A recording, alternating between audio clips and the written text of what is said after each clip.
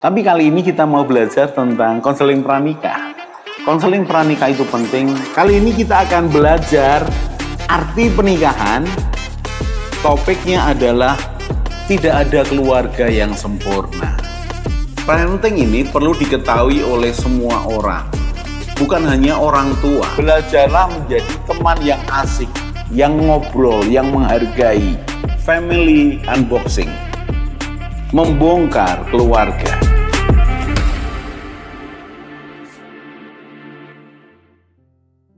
Salam keluarga Indonesia, kita belajar lagi dan kali ini kita masih belajar family unboxing dengan tema produk keluarga gagal. Tidak ada yang mau keluarganya gagal, tidak ada. Semua ingin berhasil, semua ingin mencapai sesuatu yang harmoni, bahkan mencapai sesuatu yang ideal. Tidak ada suami istri yang mau keluarganya gagal. Tidak ada anak yang mau keluarganya gagal. Tetapi keluarga gagal memunculkan yang namanya produk gagal. Mau tidak mau.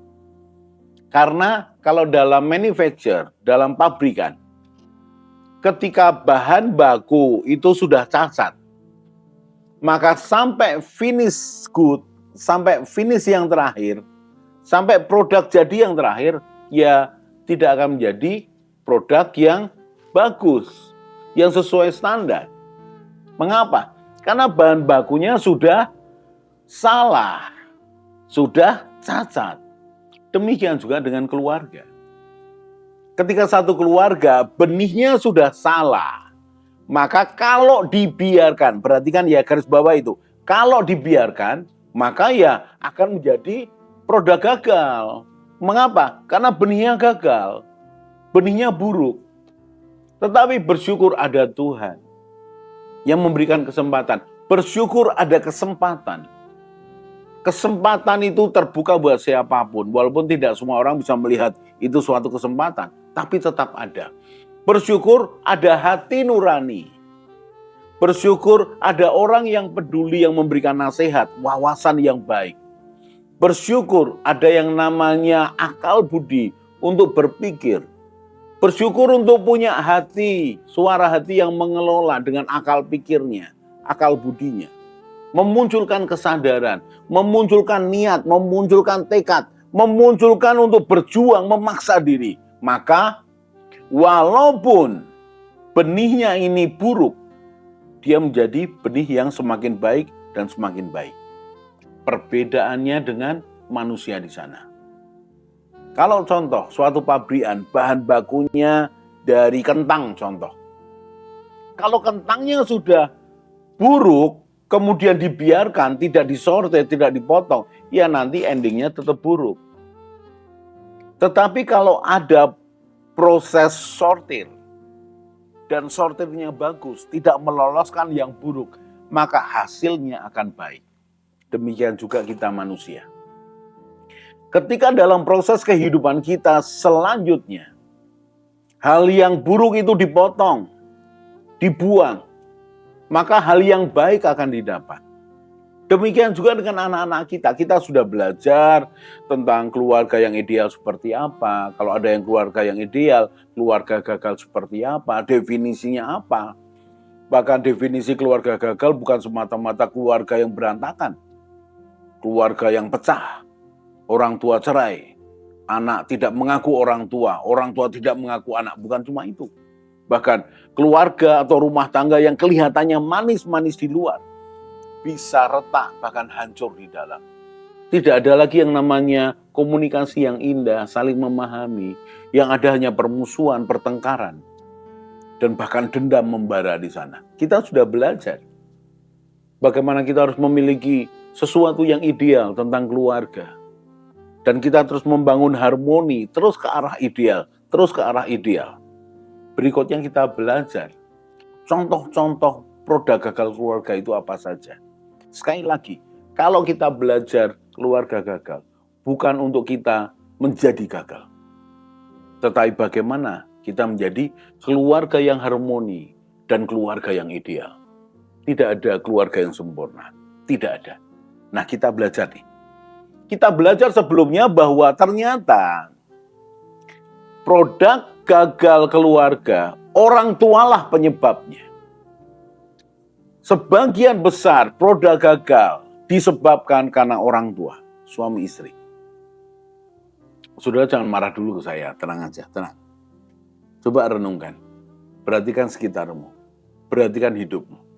Karena memang pemain utama dalam keluarga atau dalam pernikahan adalah suami istri. Adalah ayah dan ibu, papa mama. Ya orang tua ini. Memang pemain utama dalam hal mendidik anak dari lahir sampai 24 tahun. Siapa pemain utamanya? Ya orang tua. Merekalah yang menentukan seberapa warna dalam hidup anaknya. Walaupun kemudian anaknya mengambil alih tanggung jawab hidupnya sendiri ketika mendekati 6 tahun yang keempat. Kalau dia masih anak-anak, dia masih bergantung pada orang tuanya. Tetapi sekali lagi, didikan orang tuanya penting. Nah, kita akan melihat. Kalau orang tua merasa disalahkan, minta maaf, saya tidak bermaksud menyudutkan, menghakimi, tidak. Saya hanya menegur keras. Tapi dengan cinta. Supaya mari kita berubah. Mari kita membenahi diri sendiri sebagai orang tua. Kami ini orang tua, saya dengan istri saya. Belajar sampai dengan hari ini. Dengan anak-anak kami. Bahkan dengan anak-anak yang sudah menikah pun kami juga belajar. Yang sudah menikah. Dan mereka punya anak. Kami pun belajar. Tidak akan habis waktu. Untuk mengevaluasi diri. Untuk berubah. Sehingga tetap ada kesempatan. Apapun keadaan kita. Tetap ada kesempatan. Untuk apa? Mengalami perubahan. Mengalami pemulihan. Pegang itu. Bukankah lebih baik punya pengharapan daripada pesimis? Bukankah lebih baik menjaga api itu terus berkobar? Supaya itu memberikan kehidupan. Kita kembali kepada produk keluarga gagal. Dan tema kali ini adalah anak penyebabnya. Kok bisa, Pak? Bukankah Bapak mengajarkan bahwa 18 tahun ke bawah orang tua berperan besar? Tapi perhatikan. Di usia 12-18, anak sudah mulai membangun jati dirinya, gambar dirinya, identitas dirinya. Anak sudah mulai memperhatikan, membandingkan, membedakan. Anak sudah mulai bisa menimbang mana yang baik, mana yang tidak baik. Mana yang mendukung hidupnya, mana yang menghambat hidupnya. Kalau kita belajar soal tanggung jawab anak dan orang tua dalam perkembangan, maka 6 tahun ke bawah, anak mungkin hanya memiliki, saya anggap 5% lah. Orang tua 95%. Mengapa? Ya anak umur 5 tahun sudah kita bebaskan untuk memilih mainan. Ya saya anggap itu 5% lah. Memilih pakaian yang mau dipakai. Ya saya anggap 5%. Atau tidak sama sekali, itu terserah saudara, nggak apa-apa. 6 tahun ke bawah, anak 0%, orang tua 100%. 6-12. Tanggung jawab anak mulai ini tumbuh nih. Mulai tumbuh 5%, 10%, 20%. Mulai apa? Mulai belajar untuk mengurusi dirinya sendiri. Tidak sepenuhnya. Karena 80% orang tuanya. Mulai menyiapkan buku pelajaran yang akan dipakai besok. Mulai menaruh sepatu di tempatnya. Bukan mencucinya. Menaruh pakaian kotor di tempatnya. Mulai sedikit membantu orang tuanya bertanggung jawab. Membersihkan akan kamarnya. Mungkin dalam keluarga dia mulai diajari. Kamu belajar ya. Menyapu ya. SD. SD kelas 5, 6, umur 10, 11 kan sudah bisa. Kamu mulai belajar ya, setiap sore ya, menyapu ruang tamu sampai depan ya sampai teras. Nggak terlalu luas. Tapi itu bagian dari tanggung jawab yang mulai dibangun. 12 tahun ke bawah. Anak bisa mendapatkan atau mengambil alih 20% hidupnya. Perhatikan ketika SMP dan SMA. Dia mulai menerima tanggung jawab lebih banyak. Orang tua mulai lebih sedikit. Seberapa banyak Pak? Dia bisa mendapatkan tanggung jawab untuk mengurus hidupnya 50%. Oh itu angka yang banyak. Dia sudah bisa memilih teman mana dia akan bergaul. Dia sudah tidak diatur lagi mau pakai apa. Sepatu, celana, baju. Kalau anak-anak perempuan sudah mulai bisa menghias wajahnya sendiri. Memake up dirinya sendiri. Semakin cantik, semakin menarik. Anak-anak perempuan sudah mulai mengurus dirinya sendiri. Mau seperti apa? Itu SMP, SMA sudah mulai 50% hidupnya. Orang tua berapa? 50%. Dan ketika anak berusia 18-24, dia mulai kuliah, mulai nanti kerja, menyiapkan dirinya sendiri. Tanggung jawab hidupnya semakin besar. Bisa 60, 70, 75%, bahkan 80%. Orang tuanya tinggal berapa?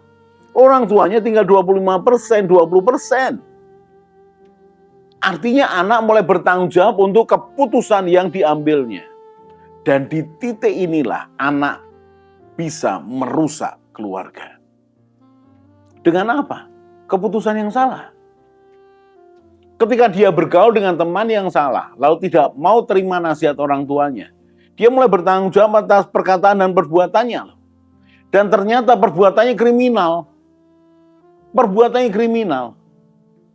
Sehingga membuat malu keluarganya. Keluarga yang tadinya baik-baik saja, menjadi keluarga yang mulai sedikit rusak. Ketika anak tidak berhenti berbuat kriminal, mempermalukan keluarga, maka keluarga ini menjadi keluarga gagal. Tidak bisa mendidik, tidak bisa mendampingi, tapi keluarga gagal bukan karena orang tuanya semata-mata, tapi karena anaknya yang merusak.